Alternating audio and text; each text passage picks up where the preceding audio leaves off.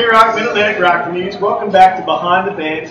We are here with 710 Oil from Virginia Beach. You're actually Norfolk, right? You're actually technically from Norfolk? Virginia Beach. Same area. And I am here tonight. I am at Jewish Mothers Cafe, which is right behind NORVA. Great place to come before a show. You can get a reservation, get an early entry here. So we're going to take advantage of that tonight. Good food here. But we're here mostly to talk to 710 Oil tonight. Now, guys, can you just real quick say your name and what you do in the band so that maybe folks that haven't seen you before? I'm Chris Lee, singer of Rhythm Guitar. Many drums and funny faces. Funny faces? Did you say? Les Bozeman bass. Ian, lead guitar. Now, first of all, I want to let you know that every time you have posted something about you guys, your fans go nuts. You have got some seriously loyal fans, and our Facebook lights up. Can you talk about your fan base and how, I mean, you've been a band for a while, how that's been built? I think everybody on that page talks to us individually, through our page, and on our own pages. So that's the only thing I can say. We try to be extremely personal. And I can tell you they respond because poor Les over here, we need 3 tickets, no, let's scratch that. We need 1 ticket, no, we need 2. Before God, we ran him through the ringer this weekend, so we worked it out. Now, you guys had a rare opportunity to open for KISS and I think share a meal with KISS. Can you talk a little bit about that? We came in 3rd place in a competition set up by Guitar Center, and they, I guess, did a tour, and everywhere they went, they picked out of the top 3 bands on that list that finished in the top 3. They listened to and handpicked the band from that time. And so we were handpicked to open for KISS. And while we were eating, they were taking the stage. And with an arena full of people, they still took 10 minutes. Not Paul Stanley and Gene Simmons, but KISS. You know, the guys in the makeup stop. We have a giant portfolio of photographs that people will probably never see from that show. We got in the trunks that had all their gear. So we laid all their gear out. We took photos of all their gear on the ground. They know that. Yeah, they don't know that. We probably get in a lot of trouble. We won't tell them. Exactly. But, we can die and go to heaven as a rock.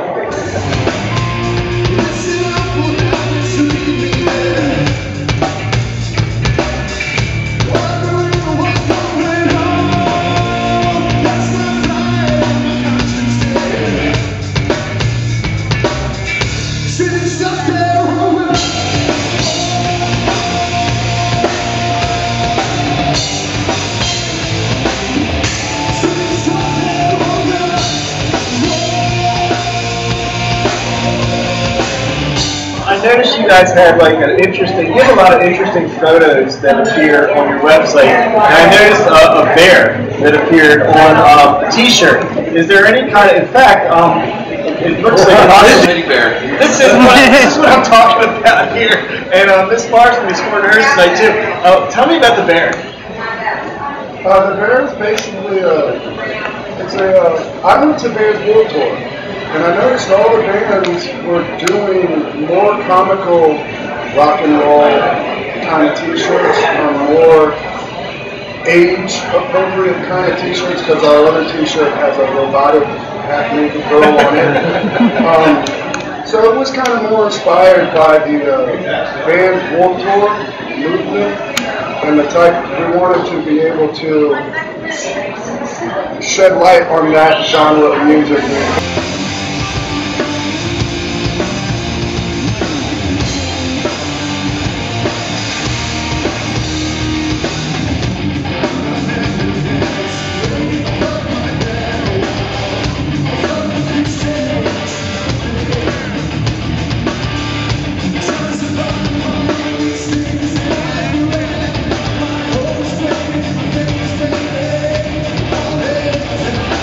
It's like us. It's cute, but it's been dragged through hell. We actually, some buddies of ours at Hard Knocks Clothing, who sponsor Les, they make all of our t-shirts, and we just basically gave him an idea, Can you come up with that? I was watching a music video today. It's not. Can you guys tell me about the making of that video and a little bit more about it? Long time.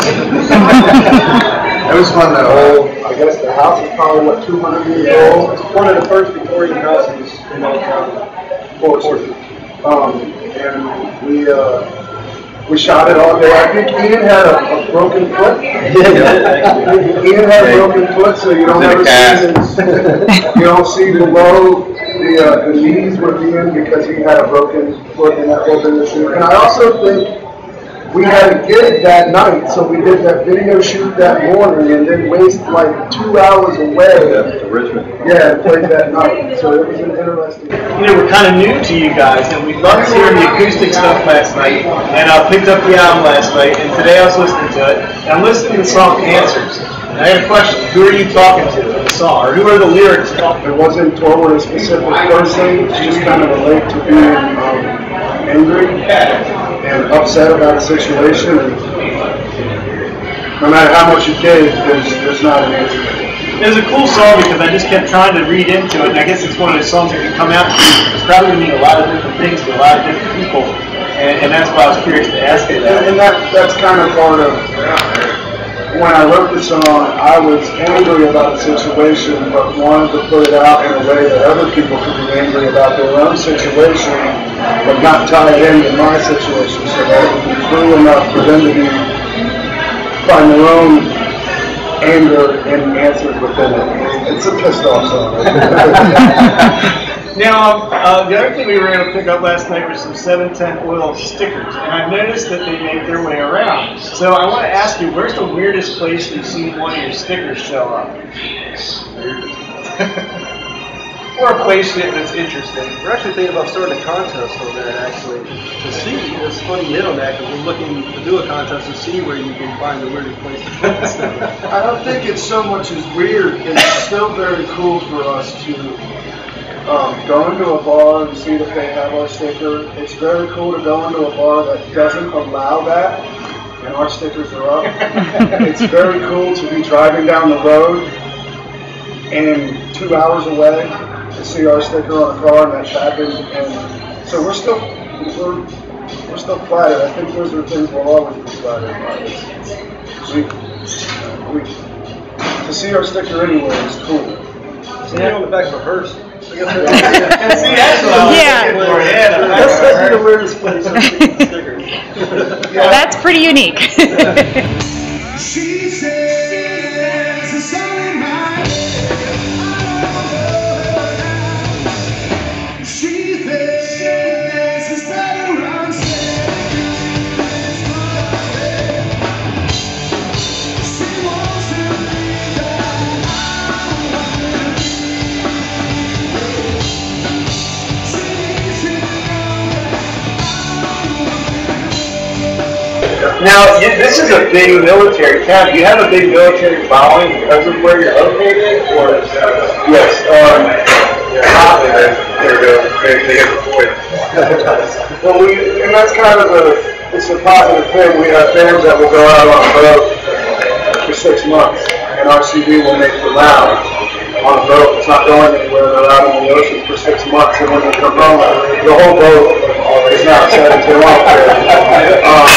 And you bring up the Navy SEAL Foundation. We're the only rock and roll band in all of America that the Navy SEAL Foundation works with.